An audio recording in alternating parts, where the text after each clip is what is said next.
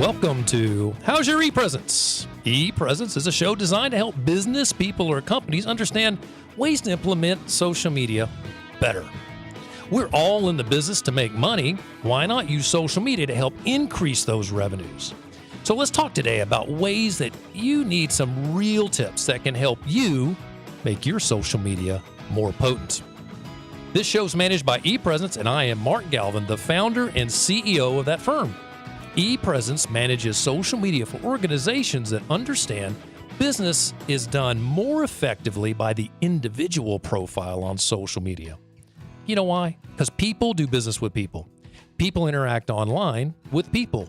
Does your organization have a strategy to keep in place? This is good. This is why this is fun. I get to do my own show and I can make mistakes like this. Does your organization have a strategy in place to keep your staff that's in charge of brand and product awareness in touch with the customers through their own personal accounts? If you'd like to understand more about that, give us a call. Reach us at ePresence. You can look on us on the internet and you'll track us down. We're easy to find.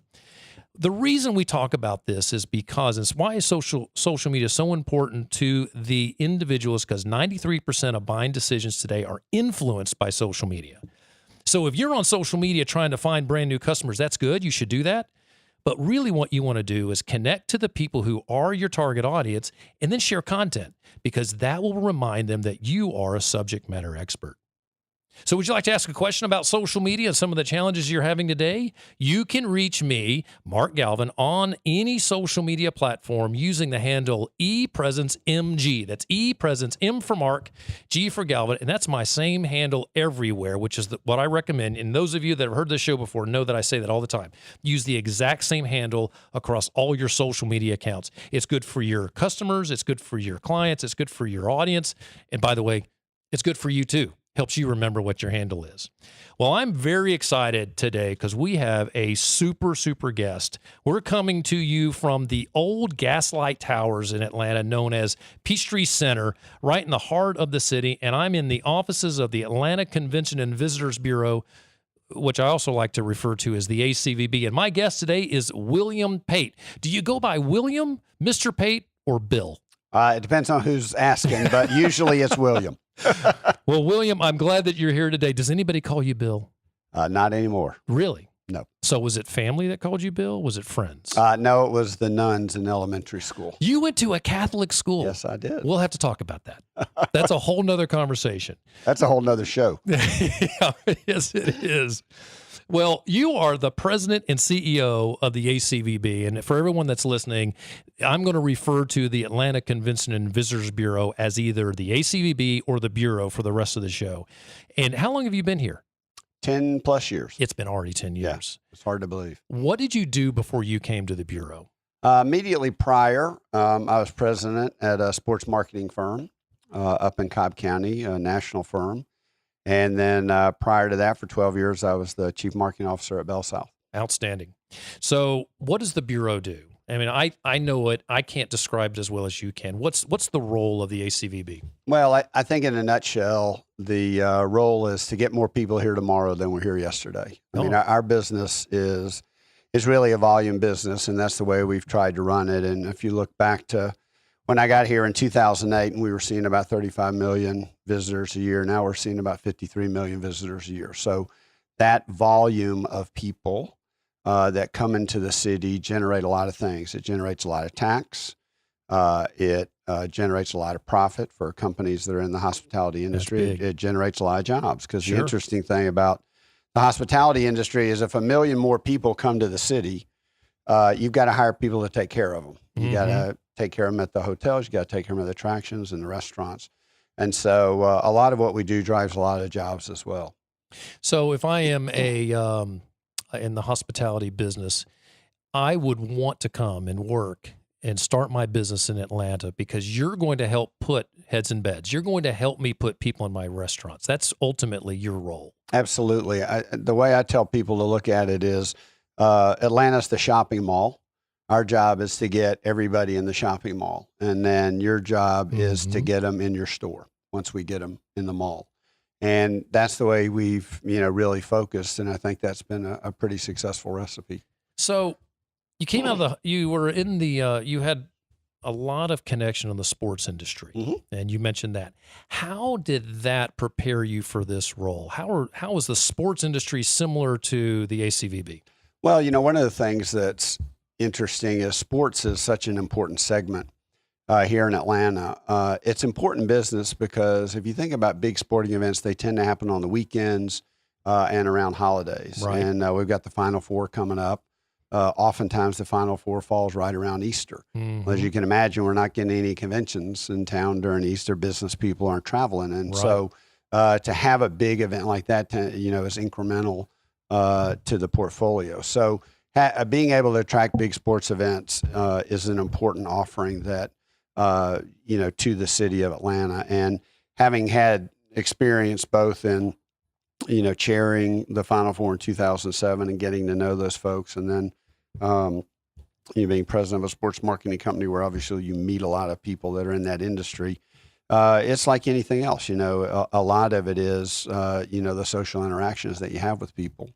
And you get to know those people, and then, you're pitching your city, and, hopefully you're able to, to get over the goal line. And in Atlanta, we've been pretty lucky. So a lot of what you do is really shaking hands. You've built relationships, and you've been able to use those relationships to help the city succeed. Am I oversimplifying it? No, I think you're right on. It is relationships, and it's not just the relationships with the folks that you're trying to get here. It's the relationships in the city. Atlanta is a great city where people work together. Mm-hmm. And while the CVB is oftentimes, in the front of the mix, you've also got the Atlanta Sports Council. You got Mercedes-Benz Stadium. You've got the Georgia World Congress Center. We've got all the hotels. All these folks who are touched by these big events, the city and the state, all have representatives at the table when we go after these big events. Mm-hmm. And the Sports Council in this city, in Atlanta, takes the lead on the bids and takes the lead when we go to pitch the business. And they're sort of the quarterback that helps us execute. And Dan Corso and the Sports Council here in Atlanta do an excellent job at that. And that way everybody sort of knows their role, understands what their piece is. And, with the CVB, because we're so involved in the hospitality industry, oftentimes the folks that work here and all the different staffing jobs here are going to have some piece. So many of the staff here had a role in working with the Super Bowl. Those that didn't have a direct role volunteered. Mm-hmm. And so, in that way, we're pretty tight with what's going on. So this is a social media show. You and I could talk about sports all day. And you and I have a history of working the sports market in Atlanta too. And it's near and dear to my heart. I think it's really worthwhile to mention that Atlanta, it hosted the Super Bowl, the college football playoff championship, the Chick-fil-A Bowl, Peach Bowl, as it's called now, is here every year. The college football kickoff game every year. There's so many sports things. And I haven't even mentioned the Hawks, the Falcons, the Atlanta United, our championship soccer Absolutely. team. The Atlanta Braves. The Braves. I certainly didn't mean to miss the Braves. I grew up watching a lot of Braves with my father here in Atlanta. So sports is central to building that brand of Atlanta. Mm-hmm. And I don't know that everyone knew or probably understood how important a role the Atlanta Convention and Visitors Bureau has in attracting those major marquee events and making sure that they come and they see what Atlanta can offer. Because I do think that the Bureau, works a lot of the background. Okay, you got to have hotels. I need to know that there's going to be a certain number of rooms available for my event. So I'm just guessing. How many tens of thousands of rooms does the Super Bowl say they need when they come in for the Super Bowl? Well, of course, NFL. It sold out the entire city, So, wow. and far beyond. How many rooms just how many rooms here? 100,000 in the metro Jeez. area. Yeah. Where we have the seventh largest hotel portfolio in the country, and 12,000 rooms within walking distance of the convention center, and that's one of the things that makes Atlanta so attractive. Is logistically we're almost unparalleled. You can fly into the world's busiest airport, so you have a lot of options to get in and out of the city. It's a 20-minute MARTA ride to the middle of the convention district. We have all these hotels within walking distance of the convention center, and you really saw that come to life during the Super Bowl. If you remember, we had that beautiful weather over that Super Bowl weekend. Everybody was out on the street. It was nice. And to just have everybody walking around and experiencing the city Even people, as I said, people didn't need a Super Bowl ticket to have a Super Bowl experience because there were so many things going on in the city. And that's one of the great things about these big events. There are always a lot of things going on, concerts and festivals and things like that around the event that you don't have to have a ticket to necessarily have a great time. Just incredible. And I sat and watched. I did not come down for any of the game or any of the festivities. I had a lot of things going on that week, but it was good to see the press at the country saw how everybody in the U.S. saw Atlanta, and it was very positive, and all of those things. And that's part. And I'm sure you probably know how to track some of that. That's that marketing tick up of, you know what, there's an awareness of Atlanta, and that's sort of what we do on social media. We're trying to achieve by getting the message out of all the things that you can do in the city. And you guys use social media very well. One of the things that happened just last week, though, I think is an interesting point to bring up. Facebook crashed. Did you hear about that? It was out for half a day. I did hear about that. Were you on Facebook that day? I was. So it was really interesting. Did it have any impact on you guys here at the Bureau? Was there any negative? It wasn't a significant impact because of the short amount of time on the for the outage. A lot of what happens on social media for us is beyond things that we're sending out. When people are traveling, they're taking photos around the city, and they're posting those photos. So those are all great opportunities for us to, tell the story of Atlanta. And so when you have an outage, obviously some of that got backed up, but I would guess that probably 80 to 90% of those photos finally made their way to Facebook. They made their way there, sure. And that is an interesting thing. Have you ever had anything that's popped up on social media that was negative that you guys got involved in trying to manage? Because you know how that can happen, right?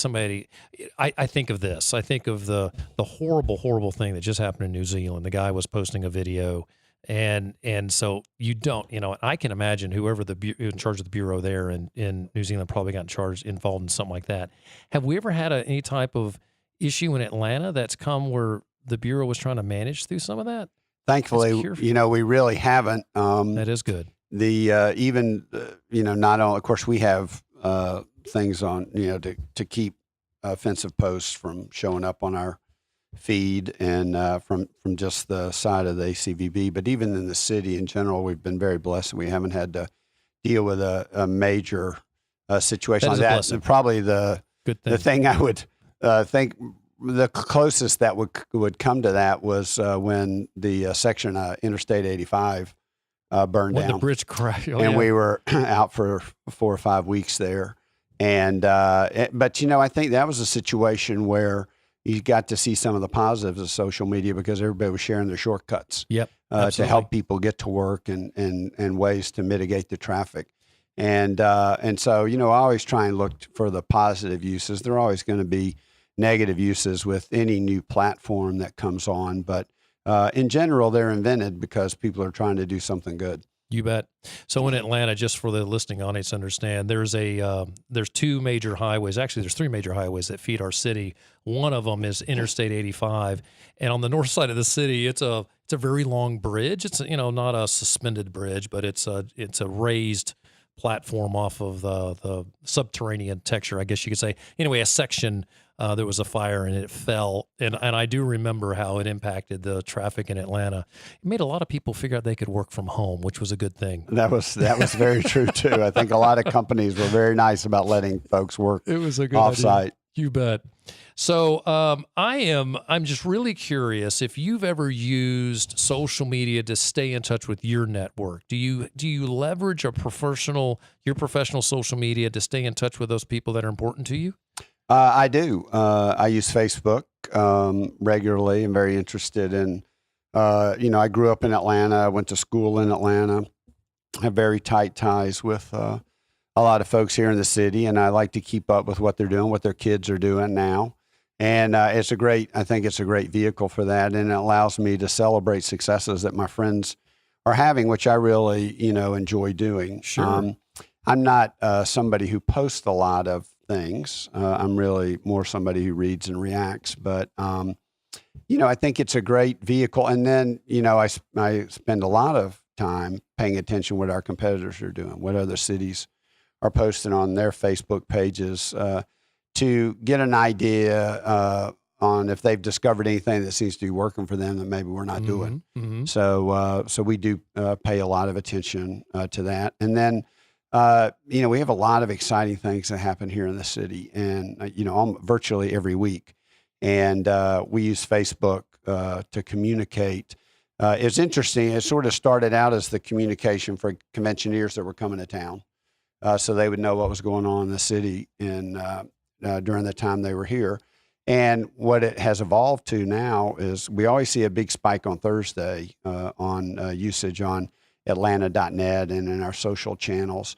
And it's people in the city looking to see what's going on. So they're getting ready for the weekend. Yes, so they can kind of plan their weekend. So it's been a very nice vehicle for us, not only to talk to visitors to the city, but people who live here as well. That is brilliant. And one of the things that is important on social media is you have to know who your audience is, and you have to make sure you're serving up content that is good for that audience. So you've identified Thursdays are the day that we're going to get hyper-local, and so you're probably serving up content. This is what's going on this weekend versus focusing on that convention that may be here in 5 years, which is important, but you're not necessarily going to communicate that on a Thursday because you're looking at that local audience. That's really interesting. It makes total sense. I've never thought about it. And I think that, when I think about social media and the difference between sort of social media and traditional media, a lot of companies understand the reach portion, which is they understand the people that they're trying to reach and the people that are on Facebook. Sometimes what they forget is the frequency part. And you'll see businesses that are posting something, once every month or something like that. And that's really no way to build momentum and branding for your business. I mean, you've got to have the reach and the frequency. And so what we do and what, we encourage businesses to do is to be posting on a frequent basis about their business, because people won't always remember necessarily the post. Right. But if they all of a sudden see 10 posts next week about ePresence, right, what they're going to say is something must be going on there. I ought to go look into that. And that's really how the conversation starts. So this is a good segue. We're going to take a break. And when we come back, what we're going to start talking about is what are those things that an individual should be doing on social media using that exact same premise, because I think that's really important. And so when we come right back, we will be looking into how you can make sure you, as an individual, are leveraging your personal social media to communicate to your audience, because you do need to stay in touch with them. So don't touch that dial. Don't hit that pause button. Don't hit the advance button. I've got that podcast app too that advances. Wait for us to come right back, and we'll pick up with William Pate, the CEO of the Atlanta Convention and Visitors Bureau. This is Mark Galvin with ePresence, a personal e-branding firm. Your company's social media may have a few hundred followers, but your team members may be connected to thousands. If you have 5 or more team members and you activate their social media, the company will be in front of thousands. Keep in mind, people do business with people. People interact on their social media with people. Why not activate the personal social media profiles at your company and engage with that audience? Get this done with ePresence. We are an e-branding firm that specializes in activating your team's social media so your firm is on your customer's mind when they are ready to buy. Want to know more? Reach out to us on ePresence.me. That's ePresence.me, because it's all about you.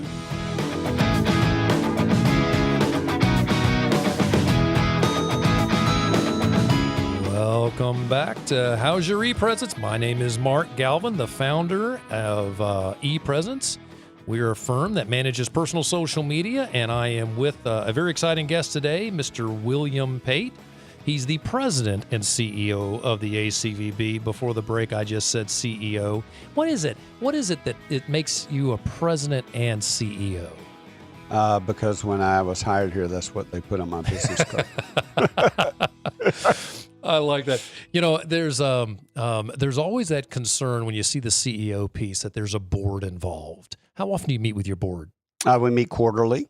It's made up of, business leaders in You the just city. read my mind. I was going to ask that question. And which I think is good because we run the CVB like a business and we are held accountable to the results. And I think it's good that, business people are looking at your numbers and making sure that, you're pushing the envelope. So have you ever had a board meeting where you guys made a huge decision on a piece of business that comes in the city, or are you guys much more on the 40, 50,000 foot view of what's going on? Yeah, no, I think it's more, that board is really more oversight. So I would say, one of the most significant actions that board took is when the Georgia flag was being considered several years ago, changing the flag from the stars and bars Sure. to the flag that we have now. And our board went on the record very early publicly calling for that change. I think it was the right thing for our board to do. It was the right thing for the city. I think that's played out. It was particularly having, among other things, impact on our business. We talked about sports earlier, the ability to bring big sporting events and things to the city. And so our board, under great leadership, decided to, make itself known publicly. That's brilliant. That's interesting. So there's a piece that you said in the first segment about you don't post much. Correct. And this kind of goes along with what you were talking about with the board, because there's a public piece that you have to be very cognizant of. You have to, that you could say something that could end up on the front of the local paper. I want to challenge you to, he's smiling at me. I want to challenge you to do something more proactive on your own social media. Here's why.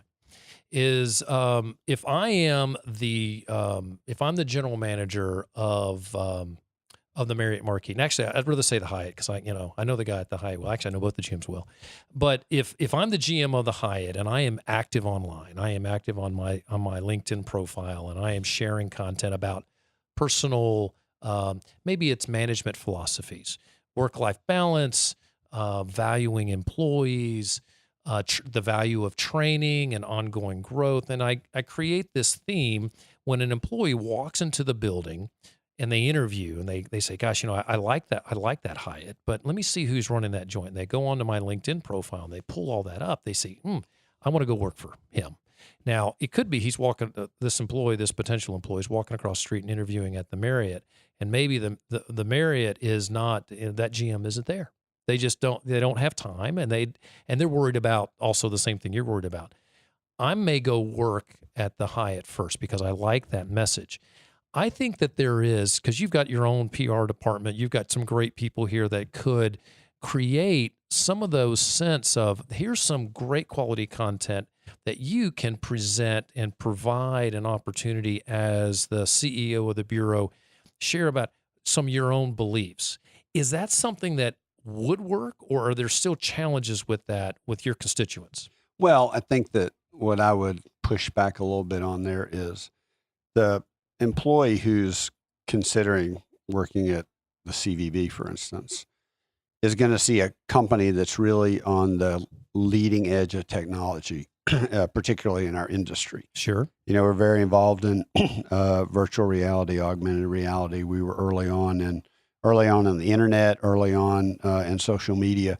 And so I think we've demonstrated over time an agility to use all of the platforms to get our message out. And I think that you guys have done a great job. Now, the question on, sharing my own leadership philosophy and those sorts of things, I guess, I tend to like to do that on one-on-one basis, or, we have a company that's small enough where I can get everybody together and we do talk about issues. And I think everybody's, very clear on my philosophy about running the Bureau. It's, very family centric. I'm a family person. Everybody knows that, I always put family first, but also accountable for results. And so I'm not sure that sharing that, publicly is something that enhances the business.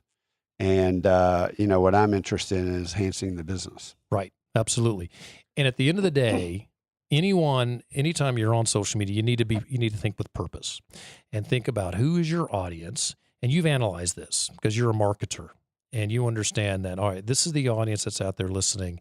How do I communicate to them? And you've thought through this. That's what's most important for anyone that is on social media, realizing, is this a tool that can help me turn up the volume on a message that's important to me as a person, as a leader, and can my organization benefit from it? Not all organizations have such a robust social media presence, and you do. I love the Instagram feed. I should tell you, the Instagram feed is fantastic with the photos that show up with the city. It's great positive branding, and you do have an army of people that are communicating out there, which is good. I think what's important is, and you've said this, you keep in touch with key people that are important to you through social media. And that's really what social media should be used for. It's not a bully pulpit. It's not a place to go and beat people up. I always say, stay away from those three things that are going to turn off part of your audience. You don't need to talk about religion. You shouldn't talk about politics, and you shouldn't talk about sex unless you're in the business of politics, religion, or sex. And stay away from those topics because you're going to upset your audience. Your audience is diverse, and you could easily upset a portion of your audience by saying something that could alienate a part of that audience, and that is a very wise thing. Having the purpose that you have, I think, has been good. Talk about frequency. You mentioned this before the break. How is it that if I'm posting something on social media once a year, why is that not helping me? How does it, because you've got some marketing background there that can speak to that piece. Why is that so important to stay consistent? Well, I think for a number of reasons. One is there's a good chance your audience isn't going to see it. Right. If you're only posting, let's say, once a month, which is not unusual for some people. And so there's a good chance you're going to miss that. The second thing is you were on social media yesterday. Do you remember any specific subject that was on the feed? Let me think. Okay, that anybody said specific thing that somebody said? Yeah, I remember one thing. Well, you're in the business, so you get it. I got to tell you what it is. You don't want to know what it is? Yeah, I hope it wasn't a kitten picture. No, what I saw yesterday is that video games make 3 times the revenues of movies, or the movie industry. And who posted that? Statista. I got their name wrong, I bet. So you're in the business. I'm going to guess that most of your audience, if they take that test, won't be able to. I think that you're right. And I guarantee you can't tell me anything that was posted 3 days ago. No, without a doubt. And so, I believe in momentum. Mm-hmm. And I think what carries the market is momentum. And momentum is people talking. Right. I always say, when you think about when Apple first started with the iPhone, and they would have a new one, and they would new additions and things every year or so, and everybody was like, "Why don't they just do? They already have that on the board. Why don't they just do all that?" Well, they were building momentum, because if you didn't buy the first one or you didn't buy the second one, at some point you kept going, I keep hearing about this iPhone. I need to go look at that. Yeah, got to check it out. And I think that there's really something there. So, so take Atlanta as a great example, and we did this when I came here. We started posting all the things we could find about Atlanta to say, new restaurants, new attractions, awards we were winning, everything.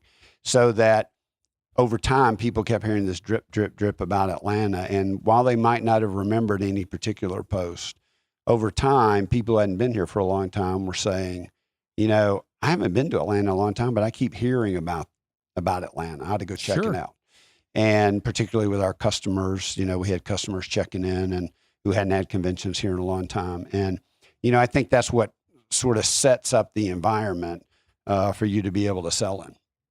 This is one of those things that's hard to get your arms around, because let's be honest, there's a lot of executives out there that are too busy. They don't have the know-how. They don't want to do this, and are trying to figure out if there's value in it. Building the audience is the first thing. You got to have people you can talk to. So build your connections or build your followers, and then start to share content that's going to be valuable to that audience. And the drip campaign is so important. Yeah, you're right. I can't remember what was posted 3 days ago. I'm surprised I can remember one thing from yesterday, quite frankly. But it is so important that there is this overall impression that you're building, and so you have to be committed to it. And if your organization's one that can grow and find an opportunity to build revenues and change impressions with social media, then you should certainly make a simple investment and really we're only talking about probably 15 minutes a week where somebody could go out and post something there. Well, I think what's important there is I'm not the brand of Atlanta.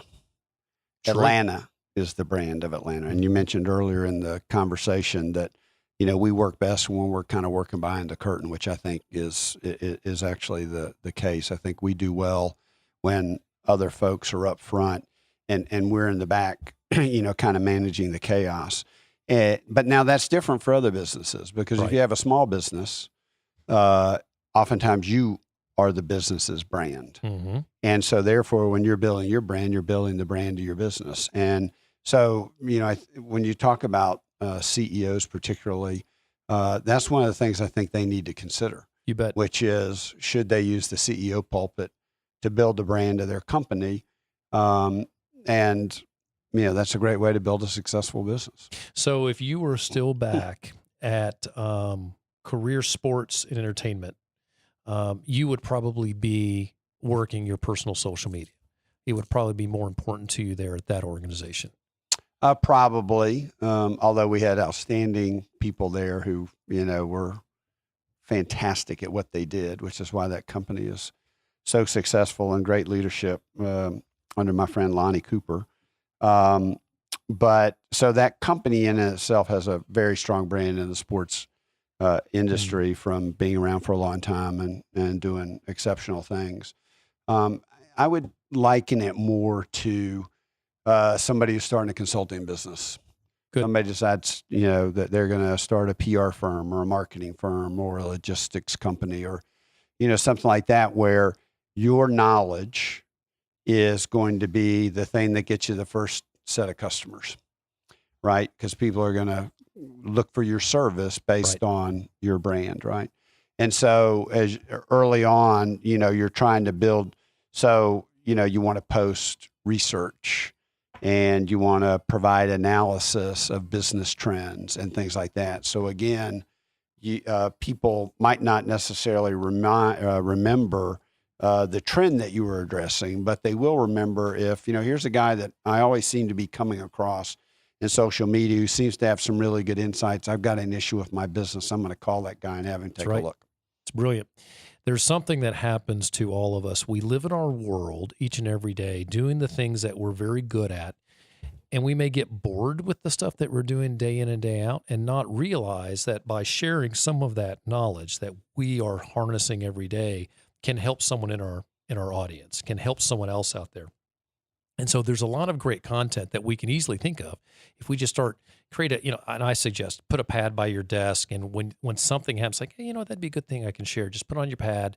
I recommend sharing on Tuesdays and Thursdays. It's not because everybody's coming to Atlanta on Thursdays, because Tuesday morning professionals are on social media.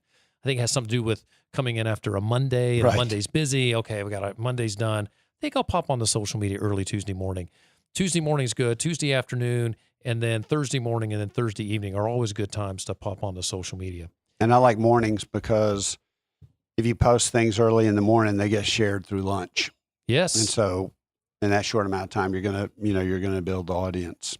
And especially if it's things that are time sensitive, you know, relating to something that's happened in the news that morning or something. That's a good point. Sharing something that's time sensitive is a brilliant way to harness a post, because people realize that there's some immediacy and you have a chance to have that shared very quickly.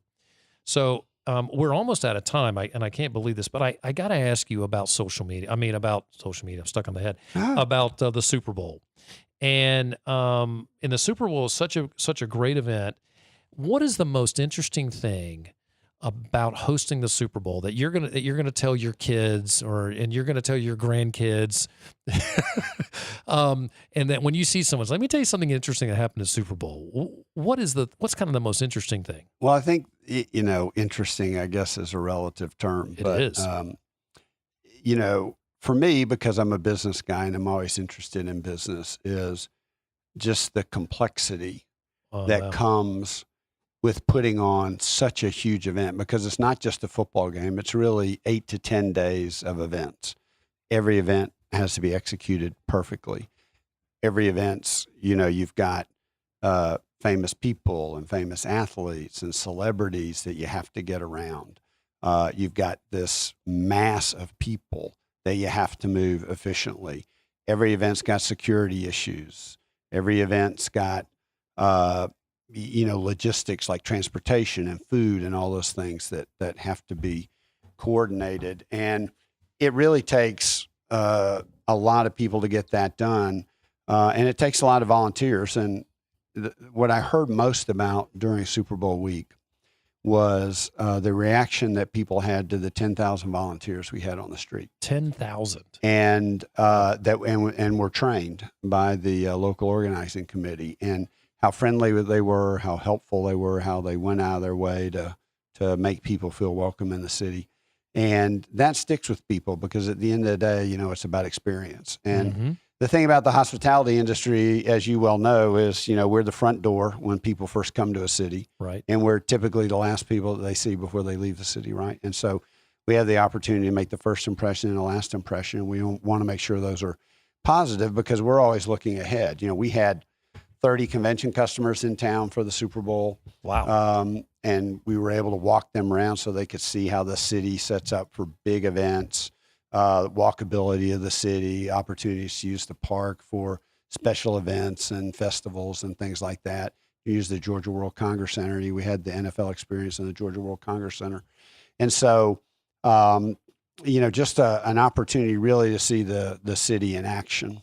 That is really cool. So organizing 10,000 volunteers takes a lot of work. And I don't think that most people aren't going to think about this.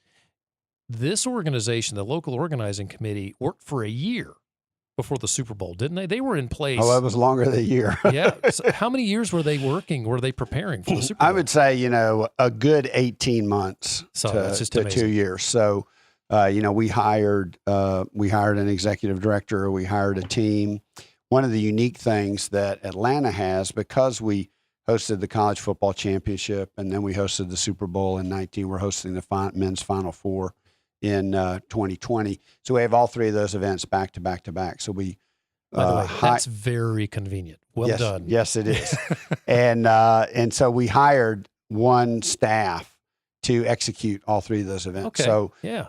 One is you get the consistency, and then two, any learnings we've gotten now through the first two events, we can apply to the Final Four. And so having that consistency, I think really it really has provided us a great opportunity to make sure that we, execute flawlessly, which is what we're looking to do every day. It's tough work. I'm going to tell you what, when you have 10,000 volunteers, just that alone sounds like there's so many moving parts. I am not sure, even with a year and a half of preparation, how an organization can execute that. That's my hat's off to them. And wait a minute. And was our good friend Amy Patterson a part of that? Yes, indeed she was. Right in the middle of that. Well, and she was probably enjoying every moment without of question. it, Without question. Well, William, thank you so much for the time. We are at the end of our time together, and that's I'm really sad to say, because this has been so much fun. I would love for you to share with our audience, how can they find you or the organization? Not necessarily you. How can they find the Bureau? Where are you guys online? Online, we're at atlanta.net. Okay. And that'll tell you all the things that are happening in our city. And you can find us on all the social media channels. We have a YouTube channel. We have, we're on Facebook. We're everywhere. And Atlanta Convention Visitors Bureau, or ACVB, will get you onto all those platforms. Outstanding. Well, once again, thank you so much for your time today.